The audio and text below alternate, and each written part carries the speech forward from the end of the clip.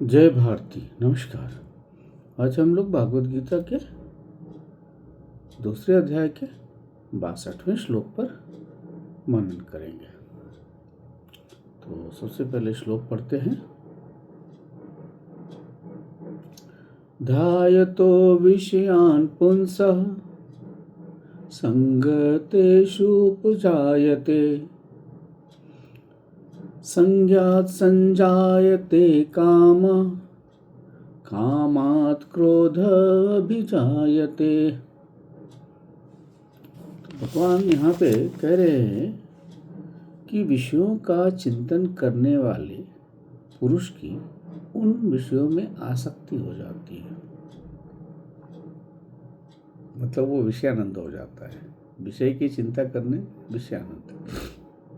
विषयों के चिंतन करने वाले पुरुष की उन विषयों में आसक्ति हो जाती है। आसक्ति से उन विषयों की कामना उत्पन्न होती है और कामना में विघ्न पड़ने पर क्रोध उत्पन्न होता है। तो इसको कविता के रूप में देखते हैं। विषय इंद्रियों का विचार चिंतन, विषय इंद्रियों का विचार चिंतन, विषय विचार से आसक्ति होता उत्पन्न। विषय विचार से, विषयों के विचार से, विषय विचार से आसक्ति होता उत्पन्न। आसक्ति से उपजती है कामना, आसक्ति से उपजती है कामना। प्रकट क्रोध यदि हो काम में बाधा विघ्न। तो बड़े ही सरल शब्दों में है कि विषय से, इंद्रिय विषय से का विचार करने से, का चिंतन करने से उन विषयों में आसक्ति हो जाती है। जब आसक्ति होती है तो कामना होता है, और कामना में यदि बाधा विघ्न हो तो मनुष्य जो है उसे क्रोध आ जाता है। तो इसको जैसे समझ सकते हैं, इसको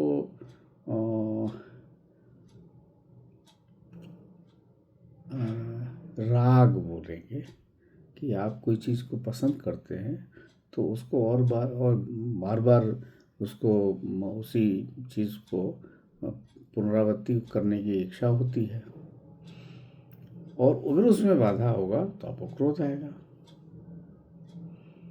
और जो विषय आप पसंद नहीं करते हैं, अगर वो आप पे आएगी तो आपको, मतलब आपसे दूर भागना चाहेंगे, पर वो वापस आएगी तो आपको पुनः उससे भी क्रोध आएगा।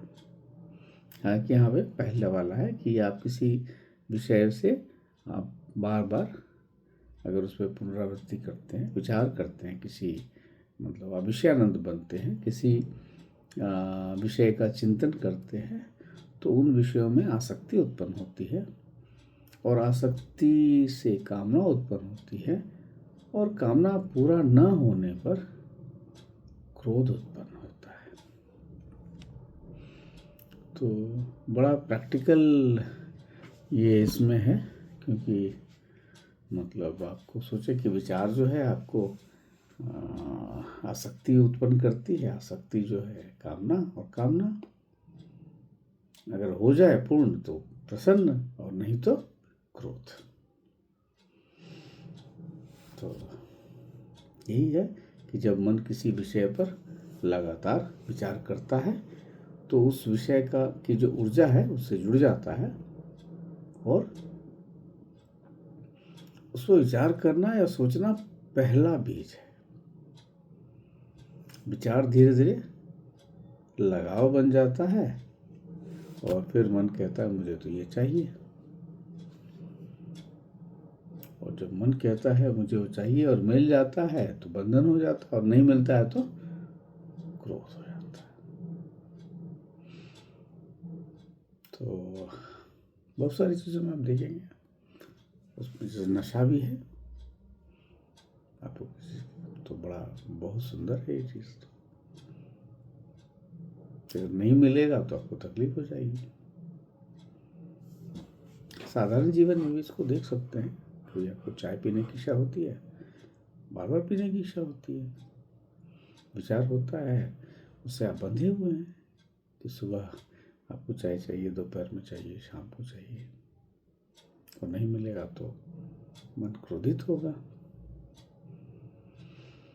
तो यही चीज़ भगवान बताने का प्रयास कर रहे हैं। ये जो श्लोक है, इसको इस तरह समझें कि मन के पतन की पहली सीढ़ी है,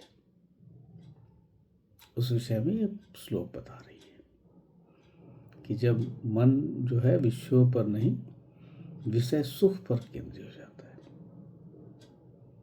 कि उससे कितना विषय सुख पर केंद्रित हो जाता है, और साधक जो है वो में सांसारिक व्यक्ति जैसा हो जाता है। मतलब उसको माया में रहना पसंद होता है, उसको मतलब वही छलावा झूठ जो भी जीवन का है उसमें वो रच बस जाता है, और इतना रच बस जाता है कि फिर उससे मतलब लगाव ही नहीं, उससे लगता है कि वो उन चीज़ों का या तो गुलाम हो गया या तो स्वामी हो गया है। वो स्वामी सोचता है कि मैं तो स्वामी हूँ, मैं चाय पीने का स्वामी हूँ या मैं सिगरेट पीने का स्वामी, पर वस्तुतः वो गुलाम होता है।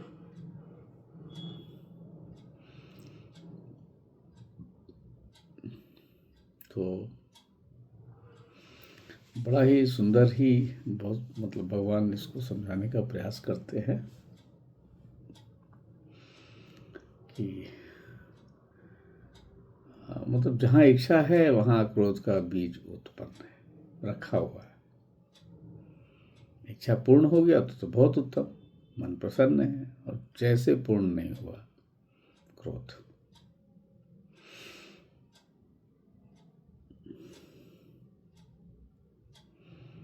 इसको ऐसे भी समझ सकते हैं कि जब साधक का ध्यान जो है आत्मा से उठ के, मतलब वही आत्मानंद से विषयानंद की यात्रा, मतलब ये अवनति की है, अधोगति की यात्रा है। आपका ध्यान अगर विषय पर गया तो फिर आत्मा नहीं मिलेगी।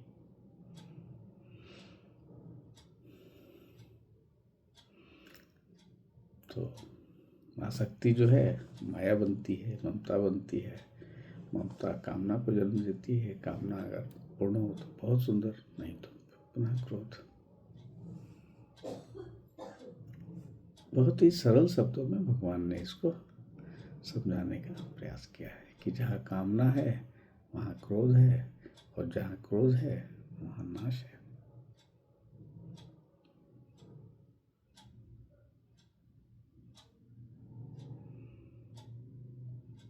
दुर्योधन को ही देख लीजिए, उसकी वो कामना पूरे पूरे परिवार को नष्ट करा बैठी कि मैं एक सुई के भूमि के नोक के बराबर भी, सुई के नोक के बराबर भी भूमि नहीं दूंगा। बस यहीं से सब समाप्त हो गया उसके।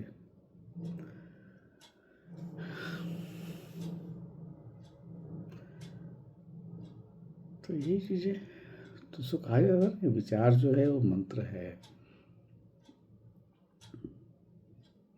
जो मतलब उसको अगर अच्छे में लगाएं तो अच्छा है, और अगर बुरे में लगा दिया आपने तो बुरा का वृक्ष बन जाएगा। अगर आत्मानंद में लगाया तो अत्यंत उत्तम, और विषयानंद में लगाया तो फिर तो काफ़ी परेशानी होगी। तो मतलब इसे साधारण ही है, विषय का चिंतन विषयानंद, आत्मानंद से दूर, विषयानंद से दूर, आत्मानंद की ओर, बहुत साधारण है। तो आज इसको यहीं समाप्त करते हैं। आशा है आपको अच्छा लगा होगा। नमस्कार, जय भारती।